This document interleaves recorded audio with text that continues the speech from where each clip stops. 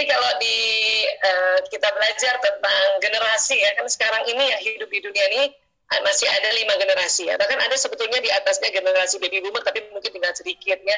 Jadi baby boomers itu yang usia-usia lahirnya 1946 sampai 1964. Ya, barangkali masih ada omanya, barangkali utinya ya. Dan ada lagi generasi yang disebut generasi X ya, 65 sampai 79. Nah, saya di sini nih, saya lahirnya 68 ya di sini. Kalau suami sudah baby boomer ya. Kemudian ada lagi generasi, nah 1980, 1995. Mungkin kayaknya Mas Fahmi sama Mbak Putri di sini ya? Iya, benar. Ya, lahir tahun berapa Mbak Putri? Wah, buka kartu nih dok, saya 87 dokter. Wah itu saya pas kuliah tuh 87 ya. Iya, berarti memang generasinya generasi yang milenial, karena generasi Y ini ditandai dengan generasi istilahnya milenial ya. Dan juga ada di adik-adik itu anak-anak kita yang generasinya Z 1996 sampai 2010, dan yang 2011 nih unyu-unyu nih yang masih kecil sampai the next-nya nanti 2025 ini disebut generasi Alpha ya. Nanti mulai dari 2026 dan sebagainya itu nanti ada lagi generasi Beta ya dan sebagainya ya. Dan yang sekarang ini yang hidup ini ada 5 generasi, mungkin ada di atasnya baby boomer tapi sudah sangat sedikit ya. Nah, jadi kalau tadi belajar bahwa bagaimana motif peran perempuan di masa sekarang, berarti ditandai ini yang sekarang banyak dan sudah menjadi ibu juga ya, mungkin ibu muda ya, mulai dari startnya di sini. Generasi milenial atau sering juga disebut generasi Y. Oke, ya, baik. Sekarang kita harus tahu dulu nih ciri khasnya generasi milenial apa ya? Ya, generasi yang lahir dan tumbuh di lingkungan serba digital. Ini harus diterima dan disadari, ya. Karena kalau kita menolak masuk serba yang apa-apa serba digital, berarti kita juga menolak sebuah generasi. Ya. Dan millennials generation ini adalah yang tidak bisa lepas dari perangkat mobile mereka. Betul ya? Iya. Termasuk saya pun walaupun sudah generasinya X gitu ya, tetap aja sekarang perangkat mobile nggak bisa dilepas ya. Dan ada ciri khas mulai dari generasinya Mbak Putri ini sampai ke bawah, apa ciri khasnya? Tumbuh dalam budaya berbagi. Ya, itu ciri khasnya generasi millennials generation sampai yang si alpha juga ini. Ya. Maksudnya apa Mbak Marisa? Oh ya, apa-apa kan dibagi lewat digital ini ya. Mau makan aja di-share dulu ya, apa yang kita lakukan hari ini di-share dulu. Itu yang disebut tumbuh dalam budaya berbagi. Dan itu bagus juga ya, karena kadang-kadang kita butuh juga informasi-informasi yang siapa tahu kita gara-gara masing-masing orang berbagi kita langsung tahu, oh di sana ada itu tuh, oh di sana. Sama kayak hari ini saya bahagia banget bahwa di Britania Raya itu banyak keluarga Islam Indonesia ya, dan bergabung dalam kibar ya, Masya Allah. Baik, sekarang ya, jadi gitu, kalau gitu wanita di era milenial ini gimana? Ya hendaknya pandai menggunakan teknologi untuk mencari, ini puntennya di typo kurang N ya, mencari ilmu dan meningkatkan keterampilan. Ya, terima. Dan bahkan dengan teknologi ini nih semuanya itu jauh lebih cepat. Ya, bayangkan ini saya bisa ketemu teman-teman seluruh dunia. Ya Allah, walaupun ini cuma dari rumah ya. Ya, mungkin ada teman-teman yang dari kamarnya. Ya, ada teman-teman juga mungkin yang ada beberapa yang nggak nyalain kamera ya, karena mungkin pakai daster, makanya istilahnya geng daster ya. Tapi ya itulah, ya inilah teknologi yang mempererat kita. Coba kalau saya datang ke Manchester berapa jam itu baru sampai ke sana ya. Ya, jadi ini intinya sebetulnya, ayo kita menggunakan teknologi untuk mencari ilmu dan meningkatkan ya keterampilan kita. Kenapa? Karena mumpung ya ini jadi sangat mudah. Oke? Nah, sekarang ya. Tapi kita juga harus ngerti diri kita. Karena memang ada perbedaan dengan laki-laki. Jadi muslim milenial dengan muslimah milenial, walaupun intinya adalah dengan menggunakan teknologi kita cari ilmu dan menambah keterampilan, tapi tetap ada perbedaan. Ya, Mas Fahmi beda dengan kita juga nih yang para perempuan ya. Dan barangkali hari ini juga selain Mas Fahmi ada juga para ayah atau para ikhwan yang bergabung ya. Jadi memang kita beda. Ya, laisa zakaru kal unsa, laki-laki nggak sama dengan perempuan. Saya sering banget ya cerita tentang masalah ini. Ya, namun kemudian dikaitkan dengan aplikasi kondisi sekarang. Ya, jadi tentang ayat tadi itu laisa zakaru kal untha, laki-laki nggak sama dengan perempuan, itu banyak yang teliti, para ilmuwan banyak teliti. Saya ambil 2 saja ya. Ini ada Mr. Alan Barbara Pease, suami istri, dia punya tempat training dan risetnya itu di Sydney, Australia ya. Dan ini ada dokter Luan Brizendin, dia medical doctor dan dia juga neurolog, tapi ada juga yang bilang dia neurolog dan dia psikiatri. Ya, jadi ahli saraf dan ahli jiwa. Keren banget ya. Yang menelitinya di University California yang San Francisco, bukan yang di Los Angeles ya. Dan dia juga mendirikan klinik Women's and Teen Girls Mood and Hormone. Ya, dan ini 2 saja ini risetnya ini yang menjadi landasan kita untuk ya paham bahwa oke, perempuan walaupun ini milenial tetapi ada perbedaan dengan laki-laki. Oke? Ya. Jadi apa yang membedakan? Jadi sebetulnya kata para ahli pria dan wanita tidak identik. Namun pria dan wanita harus setara, equal, dalam arti memiliki kesempatan yang sama untuk mengembangkan potensi mereka sepenuhnya. Ya, begitu juga dalam beragama. Ya, kita nih setara, equal ya, dalam punya kesempatan menjalankan ya perintah-perintah agama kita, ya, menjalankan ibadah dan equal juga dalam menerima pahala, equal juga dalam ya mendapat dosa gitu. Tapi memang tidak identik. Namun sama-sama spesiesnya manusia. Ya. Baik, kemudian ini saya sering banget sampaikan bahwa ini alat functional magnetic resonance imaging atau functional MRI ini apa ya istilahnya ya? Penelitian ilmu otak ini berkembang gara-gara ada alat ini. Sehingga program-program yang ada di otak jadi ketahuan, termasuk program perempuan dan laki-laki. Ya, dan saya sering sekali juga selalu di dalam modul akan bicara otak. Beberapa sahabat-sahabat saya yang hadir juga hari ini juga sering banget saya kasih lihat otak berkali-kali ya. Jadi otak manusia ini seperti ini Allah ya letakkan di kepala, dan otak laki-laki lebih berat dibanding perempuan. Laki-laki range otaknya antara 1,5 sampai 1,6 kilogram. Perempuan 1,3 sampai 1,4.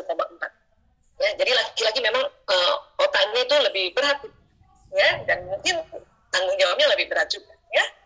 Baik, dan kalau kita lihat otak ya, dari otak besar, otak kecil, dan kemudian kalau lihat dari atas dia terbagi 2 ya, ada belahan kanan, ada belahan kiri terbagi ya. Nah, sekarang ternyata ya, nah ini dia nih ya, tahun 99 ada penelitian di Institute of Psychiatry London, sekarang King's College London ya. Ini dikatakan di sini yang menemukan pertama nih, lokasi yang mengendalikan bicara dan bahasa dalam otak laki-laki dan perempuan ternyata berbeda. Ya, ini kan juga ini dekat banget ya sama tempatnya Mbak Putri ya. Ya, baik. Jadi apa yang ditemukan di King's College London atau nama dulunya ini Institute of Psychiatry London, ya, itu ternyata ya pakai functional MRI ya. Ini otak laki-laki, ini otak perempuan. Tadi kita sudah belajar otak terbagi 2 ya, belahan kanan, belahan kiri. Ini bagian depannya yang ini, ya. Di belakangnya ini ada tempat ya untuk bahasa, ya, tempat untuk bicara di sini. Laki-laki cuma di sebelah kiri saja, perempuan kiri dan kanan. Ya, ini di bagian inferior frontal gyrusnya. Ya, perempuan di kanan kiri, laki-laki di kiri aja gitu. Berarti kan banyakan kita ya. Ya, berdasarkan inilah makanya perempuan lebih pandai bicara dan bisa bekerja sampai terus bicara. Itu perempuan. Ya. Nah, sekarang kita lihat laki-laki karena cuma sebelah kiri, maka dalam sehari mengatakan 2.000 sampai 4.000 kata nih setelah dihitung-hitung oleh para ilmuwan ya. 1.000 sampai 2.000 bunyi vokal, 2.000 sampai 3.000 gerakan tubuhnya. Jadi komunikasi laki-laki itu sebanyak 7.000 kata per hari. Ada juga ya ikhwan yang pendiam mungkin cuma 5.000. Ada juga laki-laki yang pembicara dia sekitar 9.000 tapi rata-rata 7.000 ya. Ini buat Mas Fahmi dan sahabat-sahabat ikhwan ya, ini memang karena otak bicaranya laki-laki Allah desain diletakkan di sebelah belahan otak kiri ya. Perempuan karena kiri dan kanan, maka perempuan mengatakan 6.000 sampai 8.000 kata per hari, 2.000 sampai 3.000 bunyi vokal per hari, 8.000 sampai 10.000 gerakan tubuhnya, dan rata-rata ini kalau dijumlahkan sekitar 20.000. Ya, ini kita perempuan. Bu Aisyah, saya kok nggak banyak ngomong ya? Ya mungkin teman ya ukti yang 16.000 ngomongnya nggak banyak, tapi mungkin gerakannya banyak gitu. Tapi sama aja rata-ratanya 16.000. Ya, dan yang paling banyak bisa sampai 24.000. Dan menurut riset ini dikatakan begini, ya, wanita bila dalam sehari komunikasi kurang dari 16.000 kata, maka tidurnya tidak nyenyak. Nah, ini dia. Makanya tadi kan Mas Fahmi bilang ya, bahwa ibu ini pendidik pertama dan utama. Artinya dengan komposisi atau potensi komunikasi kita nih yang minimal 16.000, ya bahkan sampai 24.000, harusnya kita bisa mendampingi anak belajar di rumah. Jangankan dampingin anak, masih bisa juga ngajar yang lain-lain juga loh. 20.000 kata itu cukup banget. Ya. Nah sekarang kan sudahlah era milenial, kemudian masuk pandemi. Ya, semua kembali ke rumah, bahkan teman-teman di seluruh dunia juga ya kembali ke rumah.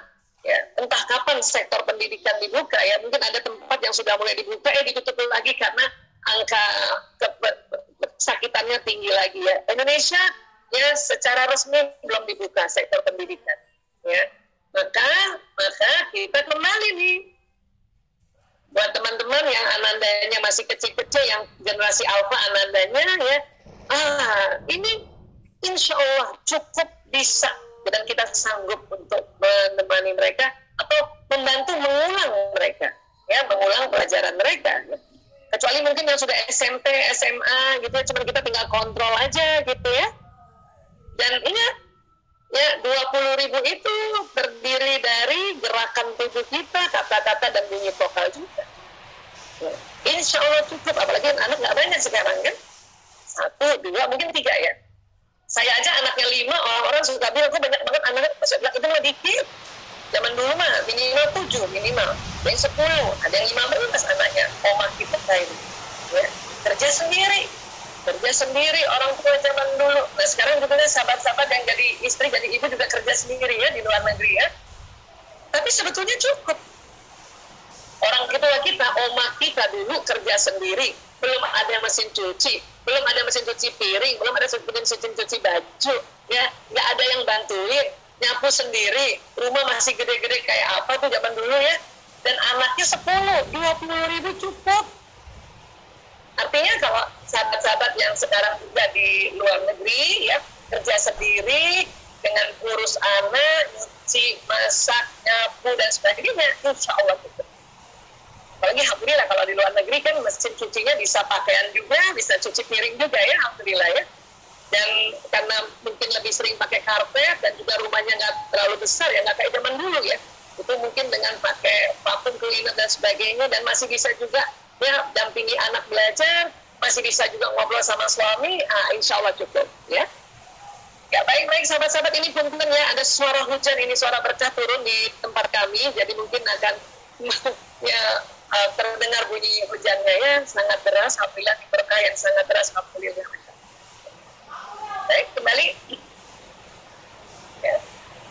Sekarang ya, nah ini otak tadi kita lihat dari samping kiri ya, kemudian dibelah, didapatilah ini ada otak bagian tengah ya, ini yang nanti yang menyambungkan antara otak kiri dan kanan ini ya, disebutnya corpus callosum ya. Jadi punten, ini mohon maaf, mungkin kita akan banyak pakai bahasa Latin, karena kalau kita mau bicara tubuh manusia, memang kesepakatan internasionalnya adalah kita pakai bahasa Latin ya. Mungkin tidak perlu dihafal, tetapi kita tahu aja ya, bahwa di tengah otak kita ini ada corpus callosum ya, persis di tengah, dan dia menghubungkan otak kiri dan kanan. Jadi otak yang kiri kanan ini dari sini ke sini itu tidak tersambung ya. Itu betul-betul terbelah, nanti tersambungnya di sini ya. Jadi kalau kita lihat persis tuh kayak gini ya. Jadi corpus callosum itu persis di tengah, melengkung, pas di bagian ini otak kiri dan kanan tersambung ya. Nah, apa perbedaan antara laki-laki dan perempuan? Mungkin teman-teman juga sudah mulai tahu ya, sudah mulai pernah dengar juga ya. Apa? Menurut Dr. Roger Grosky, PhD, seorang ahli neurologi dari University California, Los Angeles, dia menegaskan bahwa otak perempuan memiliki corpus callosum lebih tebal, bahkan risetnya itu, kalau kita baca risetnya ya baca jurnalnya, 30% lebih tebal dibanding laki-laki. Karena korpus kolosumnya lebih tebal, maka ya wanita mampu mengerjakan berbagai pekerjaan yang tidak saling berhubungan dalam satu waktu. Ini juga sebuah anugerah yang Allah berikan pada kita wanita ini, ya. Artinya kalau kita di rumah ya atau di mana saja ya, baik di Indonesia kan, di mana saja penjuru dunia, pada saat si istri atau si ibu ya kerja sendiri, nggak ada yang ngebantuin, insya Allah bisa banget. Dan insya Allah pada saat sudah kita tahu bahwa kita bisa, maka kita akan bisa ya pekerjaan kita lebih cepat selesainya. Kenapa? Karena nggak ngeluh. Kenapa saya bilang begini? Karena gini, saya kan nikah 92 ya, 92. Dan ilmu ini baru didapati dan masuk di Indonesia 2006. Ya. 92 sampai 2006, itu kalau saya kayak gini kerjanya, sambil juga masih ngurus anaknya banyak, ada 5 ya. Terus lihat suami yang santai-santai, rasanya ya santai-santai, itu kesel dulu. Terus apa saya bilang, apa-apa aku yang kerjain. Tapi setelah tahu 2006, tahu bahwa otak manusia ini ya berbeda antara laki-laki perempuan, dan perempuan korpus kolosumnya lebih tebal, maka di situ saya malah ya Allah malu sama Allah. Astagfirullahaladzim ya Allah, ampun ya Allah, ngeluh aja dari kemarin aja ngeluh ya. Makanya setelah tahu dan alhamdulillah ya, sampai sekarang seneng aja ya kalau harus kerjanya multitasking kayak gitu ya. Nah ini kan kita perempuan banget kan kalau kita kayak gini kan. Nah, bahkan di luar negeri juga, karena justru di luar negeri ya sudah duluan ya penelitian itu tahun 99 di King's College London tuh tahun 99 itu ya tentang korpus kolosum. Makanya di sana orang sudah lebih duluan sadar ya. Dan sekarang kita wanita milenial harus pandai mengatur waktu dan mengatur aktivitas, dan harusnya bisa. Dan tentu tidak semua pekerjaan harus selesai sekarang, teman-teman, sahabat-sahabatku. Ada yang namanya penting dan genting, itu yang didahulukan. Ya, lalu nanti kalau masih ada waktu ya sudah, mana lagi yang penting, kan gitu. Oke? Nah, luar negeri juga, ibu-ibu sudah sangat sadar. Kalau dia bekerja dan sekarang sedang pandemi, lebih banyak kerjanya dari rumah, mereka dengan sadar, dengan rela, dia juga tetap harus gendong anaknya, kasih makan anaknya, nyusuin anaknya. Ya, karena mereka duluan tahu ya. Kalau kita memang di Indonesia, ini baru tahun 2006 nih, ya Mbak Putri. Ya, kita baru tahun 2006. Walaupun Allah sudah bilang tadi, laisa zakaru kal unsa, tidak sama laki-laki dan perempuan. Namun memang ilmuwan ini kan meneliti, ya, meriset, mengobserv tentang ciptaan Allah itu. Ya?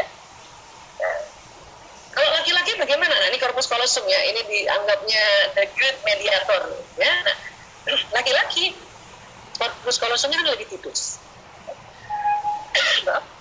Jadi otak laki-laki dibuat untuk pekerjaan khusus. Ya. Pada saat laki-laki fokus pada pekerjaannya di depannya, setelah 10 menit ke atas, otak konsentrasi nih, otaknya laki-laki konsentrasi dan pendengarannya menurun. Itu laki-laki. Ini harus pahami, ya. Makanya laki-laki hanya dapat mengerjakan satu pekerjaan dalam satu waktu. Maksudnya apa, Bu Isa? Ini, ketika pria membaca koran, baca buku, pegang gadget, nonton TV, pria tidak mendengar apa yang dikatakan wanita kalau kita ngomong sama suami kah, atau anak laki sambil lalu, atau sekelebatan, ya, istilah kita di Jakarta sekelebatan, atau manggil anak laki dan suami satu kali, mereka nggak nengok, bukan sengaja nggak nengok, memang sedang konsentrasi, pendengarannya menurun. Ini harus paham. Kenapa? Kalau kita nggak paham, maka ya teman-teman, ya capeknya itu bukan karena banyak kerjaan, capeknya itu karena apa? Baper, ya. Kenapa manggil suami dipanggil sekali nggak nyaut, nggak noleh, kita mulai prasangka, mulai berasumsi, bukan, dia nggak sayang lagi sama aku. Padahal itu suami atau anak laki emang nggak dengar, lagi konsentrasi. Ini harus tahu. Ya. Saya juga tahun 2006 baru tahu, dan apa yang terjadi membuat saya sangat ringan, ya. Gimana nyarinya sebelum tahu? Bayangkan anak lakinya 4 tambah si bapak 1, 5. Ya kan? Nah. Terus apa lagi? Mata perempuan. Perempuan ini matanya ya, kalau lihat ke depan, itu kanan kirinya masih lebih luas. Dia bisa lihat kanan kiri. Coba teman-teman yang buat khusus yang akhwat ini, yang perempuan, sahabat-sahabat perempuan ini ya, ibu-ibu ya, coba lihat ke depan. Coba sekali tanya ya, sekarang lihat ke depan. Masih bisa lihat benda-benda yang ada sebelah kanan? Masih bisa lihat benda-benda yang ada sebelah kiri walaupun matanya ke depan? Ya, itu perempuan. Itu perempuan. Laki-laki nggak bisa gitu. Ya, laki-laki sudut matanya itu, mata laki-laki itu kayak terowongan. Jadi sudutnya lurus. Ya, dan panjang ke depan. Kalau kita memang lebar kanan kiri, ke depannya tidak panjang. Ini yang berbeda. Ya. Kenapa begini? Ini kalau kata para ilmuwan ya, perempuan ya Tuhan, mereka bilang itu ya, Tuhan ciptakan atau mendesain mata perempuan ini karena perempuan dapat tugas apa? Menjaga sarang. Jaga sarang. Itu kalau kita artikan yang sekarang ya, menjaga rumah. Ini kemampuan kita. Laki-laki ini namanya mata berburu, mata hunter. Dia memang mata yang berburu di luar rumah. Gimana nggak jago nih dengan mata kayak gini, kita jaga sarang teman-teman. Coba kayak masih ingat nggak? Sambil masak, matanya dimasakkan, ada orang datang atau kucing lewat, kita langsung tahu ini ada kucing gitu ya. Atau nyusuin anak, mata kita lihat anak ya, ada siapa yang datang tuh kita tahu loh. Makanya ini namanya menjaga sarang. Dari zaman dulu, wanita zaman dulu yang belum punya rumah masih pakai kemah gitu atau sarang, itu perempuan yang jago. Laki-laki memang kerjanya lebih banyak di luar rumah. Untuk apa? Berburu nafkah. Makanya disebut mata berburu. Ini dia lurus. Tapi kan sekarang berburunya kan nggak ke hutan ya. Berburu sekarang kan dari kantor ke kantor, dari gedung ke gedung. Makanya laki-laki kalau di jalan, itu dia lebih cepat melihat gedung yang kita mau tuju dibanding kita perempuan. Di Jakarta saja, kalau saya sama suami naik mobil, suami bawa mobil, terus udah sampai tuh gedungnya yang kita mau tuju, sudah datang, sudah di depannya dia, terus dia bilang gini nih, ya, itu dia tuh, gedungnya udah kelihatan. Saya nggak lihat loh, mana sih nanti berantem tuh. Itu masa gitu aja nggak lihat, mana sih gitu. Tapi dulu itu bisa bertengkar ya, dan sekarang itu jadi ketawaan gitu. Ayah, aku mata perempuan banget, aku nggak lihat. Dan suami saya cuma ketawa aja, itu bentar lagi kamu lihat. Ya, itu pentingnya supaya nggak baper. Oke, jadi laki-laki ini jago banget. Makanya kalau bapak-bapak sudah bawa mobil dan dia mau ngebut ke depan, dia mau nyalip mobilnya di depan, itu sudah jagonya dia. Serahkan pada laki-laki. Nggak usah ribut kita di samping duduk ya. Karena kita perempuan saking takutnya, kita suka bilang apa sama mereka? Awas, hati-hati ya, hati-hati. Lihat kanan kiri. Kata laki-laki nggak boleh lihat kanan kiri, orang ngebutnya di depan, nyalipnya di depan. Gitu. Ya, inilah pembagian tugas. Ya. Dan ini tak lekang zaman ini. Ini mau zaman apa aja emang begini kita perempuan dan laki-laki, matanya, otaknya. Ya, hanya nanti kita aplikasikan saja dengan kondisi sekarang. Nah, laki-laki akan masalah kalau di dalam rumah apa coba? Cari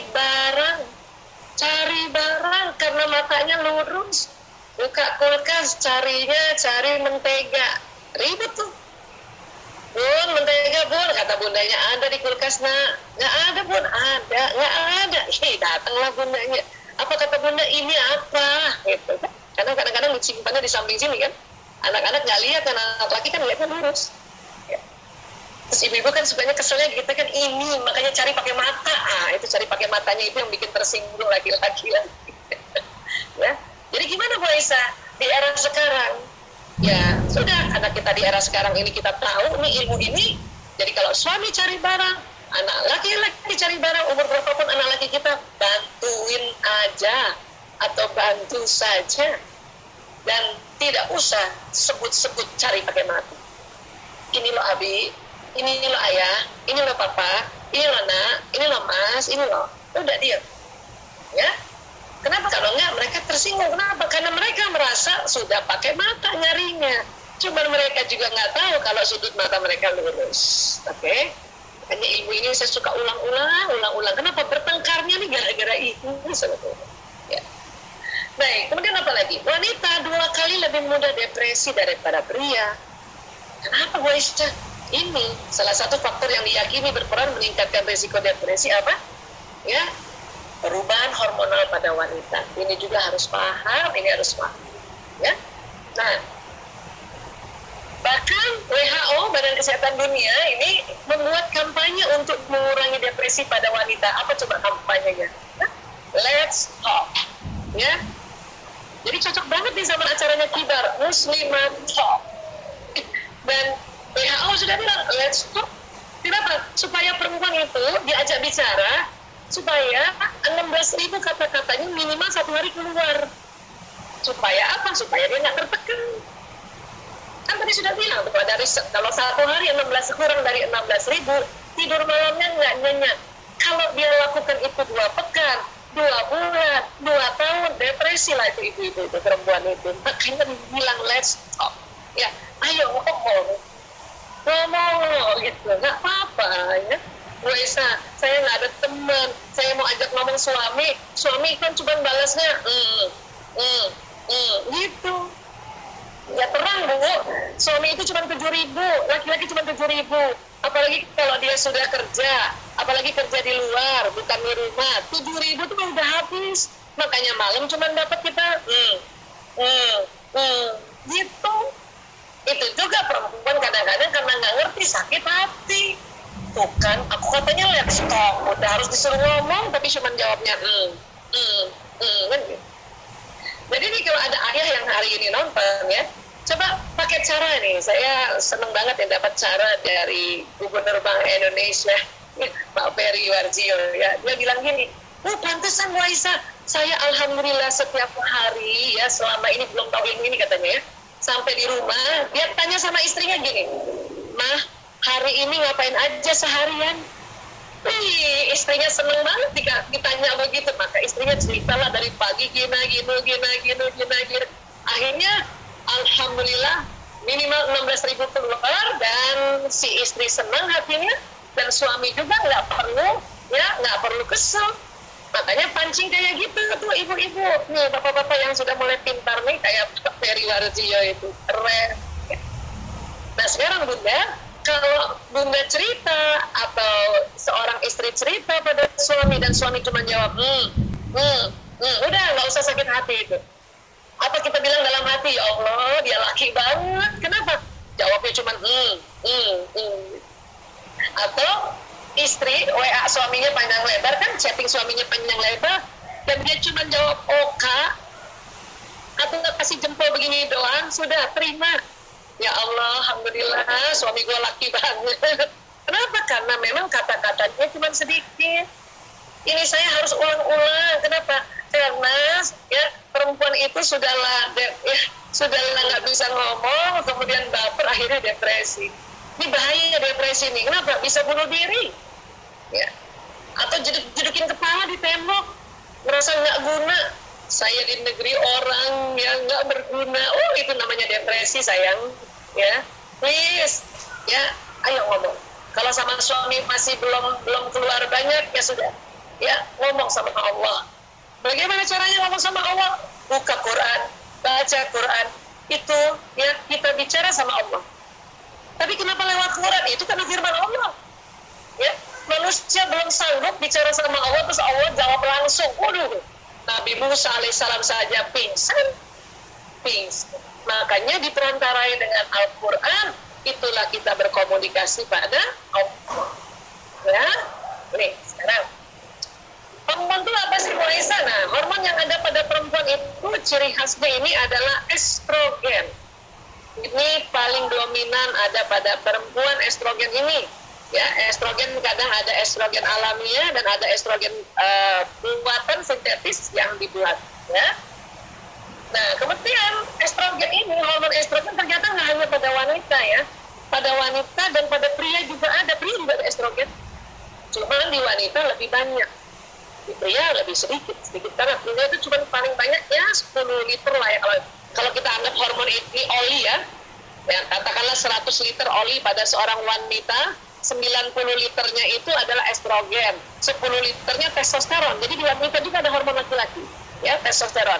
Pria juga begitu, ya, 90 liternya hormon pria namanya testosteron, 10 liternya hormon estrogen ada, ya. Tapi ada juga yang lahir, ya, estrogennya pria itu nggak 10 liter, mungkin 15 liter. Maka dia akan lahir menjadi pria yang lebih lembut dibanding pria biasa. Ada wanita juga testosteronnya tidak 10 liter, mungkin 15 liter atau 20 liter. Nah, itulah yang kalau kita rasanya kita tomboy gitu, ya, betul, ya. Nah, itu berarti testosteronnya agak banyak dikit, ya. Kemudian estrogen ini, hormon estrogen diproduksi oleh kelenjar adrenal dalam jumlah kecil. Adrenal di mana, Bu Aisyah? Ini di atas pinggang. Ini adrenal. Ya, biasanya disebut anak pinggang. Ya. Coba Bunda, teman-teman coba. Berapa pinggangnya? Oke. Masih ada pinggangnya? Saya mah udah lurus. Lagi dulu masih muda, masih ada pinggang, ya. Di belakang itu ada, ya, ginjal. Dan di atasnya ada kelenjar adrenal. Ini estrogen diproduksi sedikit dari sini, ya. Kalau laki-laki gimana? Laki-laki hormon estrogen diproduksi oleh testis, punten, ya. Ini terpaksa kita kasih lihat organ reproduksi, ya, ini testis, ya. Dan perempuan, wanita, hormon estrogen dihasilkan oleh ovarium, ya, indung telur kita dua nih, kanan kiri. Bahkan kalau kita hamil, wanita lebih banyak mendapatkan hormon ini dari plasenta yang di rahim ini atau ari-ari. Makanya pada saat kita seorang wanita hamil, itu estrogennya lebih banyak lagi, ya, dari adrenal, dari ovarium, dan dari hormon, ya. Baik, sekarang, ya, di dalam tubuh wanita hormon estrogen tidak selalu diproduksi dalam jumlah yang sama. Artinya ada waktu-waktu hormon estrogen itu tinggi, ada waktu-waktu dia rendah, ya. Jadi pada masa-masa tertentu produksi hormon estrogen dapat meningkat atau menurun, dan hal ini berkaitan dengan fungsi hormon estrogen dalam mengatur sistem reproduksi wanita. Oke, nah sekarang pada saat kapan sih estrogen tinggi dan estrogen rendah? Itu, ya, pada saat anak-anak kita nih baru lahir. Pada lahir itu estrogen tinggi pada bayi perempuan. Kemudian dia turun, usia 1 tahun sudah turun, usia, ya, mulai 2 tahunan mulai turun, dan sampai 9 tahunan, 10 tahun baru naik lagi. Nah, Ananda yang barangkali Bunda ada Anandanya perempuan yang mulai sudah 10 tahun ini, dia sudah mulai naik estrogennya nih. Makanya sudah mulai kayak perempuan banget. Bahkan kalau dia sudah menstruasi, makin naik lagi. Puncak-puncaknya ini, ya, ini tadi usia 25-an sampai 30-an ini. Ini puncak-puncaknya estrogen tertinggi pada perempuan. Disitulah puncak-puncaknya juga sebisanya, ya, menemukan pasangan hidup untuk, ya, menjalin keluarga, dan akhirnya juga mempunyai amanah menghadirkan manusia baru di bumi ini, ya. Dan perempuan kalau sudah mulai 40-an, udah mulai turun banyak ini. Ya, saya 52, ya udah di sini, udah sedikit banget ini. Bahkan nanti pada usia 60 tahun udah mulai habis, ya, atau sangat sedikit, ya. Kita bilang sangat sedikit. Okay? Kemudian kalau kita sudah menstruasi, Ananda kita sudah menstruasi, termasuk kita juga yang masih menstruasi, itu dalam setiap siklus bulanan itu ada waktu-waktu yang hormon itu tinggi sekali. Ya, jadi ada beberapa hormon. Ini yang kuning namanya luteinizing hormone, yang warna hijau ini FSH nih, follicle stimulating hormone, ini biasanya untuk mengeluarkan telur, ya. Nah, ini estrogen ini. Estrogen ini tinggi juga pada satu masa dan pernah sempat turun terus agak naik lagi sedikit, dan progesteron. Nah, hormon-hormon ini salah satu fungsinya adalah membuat perasaan perempuan itu, perasaan wanita itu menjadi lebih bahagia. Hormon ini. Makanya kalau kita lihat dalam siklus menstruasi kita, ya, ini kan lagi mens nih, hari pertama, kedua mens, makanya kasih warna merah, ya. Dan ini dia nih, 2 hari atau 3 hari atau bahkan mau 4 hari mau mens, ini sudah hampir flat semua ini hormon ini. Ya. Makanya perempuan 2, 3 atau 4 hari mau mens itu sangat-sangat nggak enak perasaannya, sangat galau, tidak menentu. Bahkan mens hari pertama ini lebih flat lagi nih. Sampai hari ketiga, makanya perempuan kalau lagi mens hari pertama, ketiga, pokoknya tahu diri aja deh teman-teman, sahabat-sahabat dulu, ya. Harus tahu diri bahwa, oh ya, aku lagi mens. Jadi kalau lagi kesel sama pasangan hidup, kesel sama anak, kesel sama teman, itu udah tahu, oke, ini karena mens, ini karena mens. Ada ibu-ibu tanya, Bu Aisyah, kita jangan kambing hitamkan hormon dong. Ini bukan kambing hitamkan hormon, ini fakta. Ini fakta, harus tahu justru. Ya. Nah, nanti hari ke-8, hari ke-9 setelah mens ini sudah mulai enak nih. Estrogen udah mulai naik lagi. Ya, naik. Dan biasanya hari pertengahan siklus menstruasi ini, nilai masa subur ini nih, ya, ini masa subur nih ya, ini lagi enak-enaknya perasaan kita. Jadi adalah kurang lebih ya dua pekan lah ya, mungkin 20 harian ini feelingnya ibu-ibu atau perempuan enak, termasuk anak perempuan kita. Ya, itu makanya kita perlu catat siklus menstruasi, yang penting catat hari pertamanya. Dan ingat teman-teman, walaupun kita multitasking, walaupun kita ngomongnya banyak, tapi harus tahu diri tentang siklus menstruasi ini. Kapan lagi nggak enak perasaan, itu bisa jadi mau mens, ya, atau udah jelas mens, oh iya ini mens, nah itu lebih plong saja. Begitu juga kalau punya anak perempuan. Saya mau bilang begini ya, pantang nasihati perempuan siapapun itu di saat-saat mau mens atau mens hari pertama sampai hari kelima. Itu siapapun yang nasihatin itu bisa kalimatnya diterima dengan tidak senang. Ya? Saya juga dulu bilang sama suami, ya kalau aku lagi mau mens, apalagi mens, nggak usah dinasihatin apa-apa ya. Kenapa? Ntar salah tangkap, emosi kita tuh nggak enak kan. Bunda juga gitu kalau punya anak perempuan, pengen banget ngasih tahu sesuatu, pengen tegur dia, kira-kira tahu nggak kita siklus menstruasi? Kalau lagi di sini nih, mau mens sama mens yang datar ini, habis tuh. Ya, dia akan denial. Tapi kalau dinasihati yang mulai di masa subur ini, apalagi paling puncak-puncaknya nih di hari ke-14 di pertengahan ini, wow, ya, inilah semangat mereka lagi tinggi-tingginya nih. Kita kasih arahan dia dengar. Saya juga punya anak perempuan paling bungsu. Setelah tahu ilmu ini, saya nggak mau mengulangi yang lalu-lalu. Banyak orang tua lalu ya, termasuk ya bunda saya dulu, karena kesian dia kan belum belajar ilmu ini, dia mungkin ngasih nasihat saya waktu saya sedang mens itu di masa-masa ini. Aduh, itu muka nggak bisa senyum loh, merenggut aja cemberut. Walaupun belajar agama bahwa ibu itu harus dihormati, tahu. Tapi mungkin orang tua saya dulu karena belum belajar ini, saya dinasihatinya di sini, itu keselnya minta ampun. Nanti ingat pas di sini, ya Allah, kenapa ini lalu aku dikasih tahu ibuku, mukaku cemberut gitu. Nah, kalau sekarang saya ya mau, ya kita sekarang ini harus tahu bahwa ada siklus menstruasi. Masih kedengaran suara saya? Masih dok, satu dua. Waktunya tinggal 5 menit lagi dok. Ya baik, nggak apa-apa. Ini saya kasih tahu dulu ini. Ini yang paling penting soalnya. Ya, ini paling penting tahu. Oke? Karena bertengkarnya anak perempuan dengan kita ini gara-gara siklus ini. Ya. Dan kita nih walaupun banyak belajar rajin taklim, tapi kalau nggak tahu siklus menstruasinya, maka akan merasa kenapa ya kita bete dulu. Oke? Ya. Nah ini pada saat-saat ini ya, ini masa subur nih. Keluar telur, nah ini masa subur nih. Nah tapi udah mau mens ini, ya mulai terlepas lapisan rahim, ini udah nggak enak perasaan ini. Udah mens apalagi hari pertama. Walaupun rajin talim, ya. Nah ini harus paham ini. Oke? Untuk itu kita harus tahu bahwa premenstruasi sindrom itu membuat perubahan mood, ya. Bahkan ada yang lebih parah, ya. Apa istilahnya? PMDD. Premenstrual dysphoric disorder. Ini kalau nggak paham perempuan-perempuan ini bahaya nih, bisa masuk PMDD. Ya. Apa sih cirinya? Ini kondisi serius dengan gejala parah, mudah marah, merasa tertekan, kesedihan yang dalam, pikiran untuk bunuh diri, perubahan nafsu makan, perut kemuk, nyeri payudara, nyeri sendi, nyeri otot. Ini sering nih. Ya. Kenapa? Kalau tidak paham bahwa kalau PMS itu kita perubahan mood, ini adalah sesuatu yang wajar. Makanya kasih tahu orang sekeliling, ya. Dan kalau punya anak perempuan, hati-hati kalau bundanya nggak ngerti, dia masuk ke PMDD ini.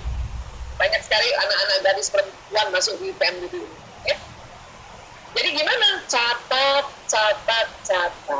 Atau kasih tahu anak perempuan kalau lagi mens, kasih tahu bunda ya. Jadi kita yang catatkan. Dan dicatat perlunya hari pertamanya saja mens. Hari pertama lingkar. Nanti mens berikutnya hari pertama, oh ini lingkar. Sehingga nanti kita bisa hitung siklusnya dari sini sampai ke sini kira-kira ada berapa hari? 28 hari kah? 26 hari? 30 hari?